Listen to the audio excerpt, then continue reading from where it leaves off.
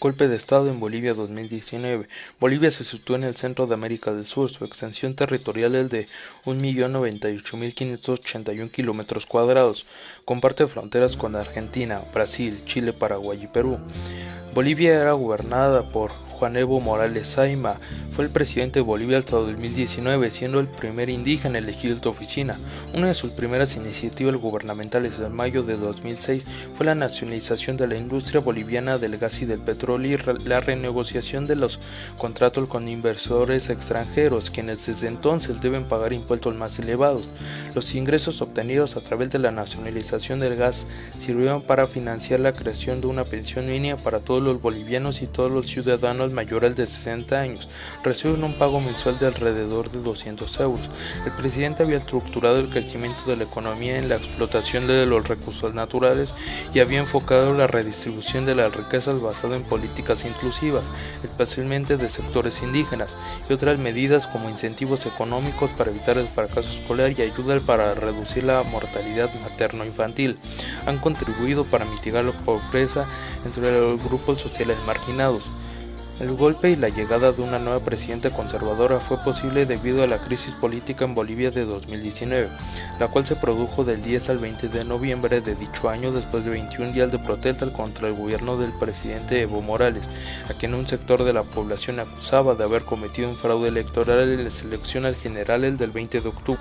Evo Morales había anunciado por la mañana del día 10 de noviembre un llamado a nuevas elecciones en virtud de las irregularidades denunciadas por la OEA al proceso electoral. Horas más tarde, la Central Obrera Boliviana, el sector más fuerte que apoyaba al gobierno de Morales, ante las convulsiones que azotaban al país, le pidieron que renunciara, viéndose así el gobierno privado de su mayor apoyo político. Además, el comandante en jefe de las Fuerzas Armadas le sugirió que renunciara, acción que el presidente tomó casi de inmediato. También renunciaron el vicepresidente, la presidenta del Senado y el presidente de la Cámara de Diputados, entre muchos otros funcionarios del MAS que temían por su seguridad o la de sus familias. Tras 4 renuncias inesperadas, un asilo político y la crisis de gobernabilidad más grande que ha vivido Bolivia en una década fueron necesarias para que Yanine Áñez terminara ocupando la presidencia de ese país. Esta abogada y militante del hasta ahora opositor partido Plan Progreso para Bolivia Convergencia Nacional asumió el cargo en una breve ceremonia con la misión declarada de crear un gobierno de transición que convocara unas nuevas elecciones en el menor plazo posible. Su ascenso al frente del Ejecutivo fue consecuencia de la renuncia de Evo Morales a la presidencia y automáticamente se convirtió en la sucesora constitucional de Morales. Tras la agitación en la situación boliviana, se exigía una segunda vuelta en las elecciones.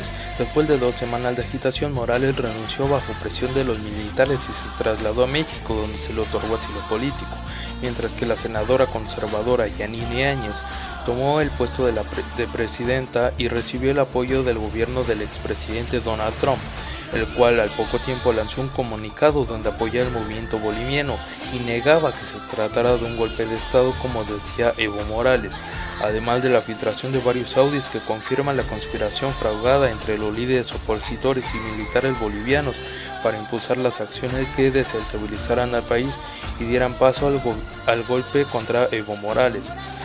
Así, la primera causa de la caída de Morales fue un levantamiento masivo de los sectores urbanos y de la clase media de la población que paralizó a todas las ciudades del país, con excepción de La Paz y El Alto. La clase media tradicional nunca aceptó del todo al candidato. Las razones eran diversas y discriminantes por su condición de indio, hasta las devaluaciones de su gobierno. La desconfianza de la gente respecto al gobierno fue determinante en la dinámica de radicalización de protestas. El país que le dio asilo político a Evo Morales y a algunos de sus colaboradores fue México.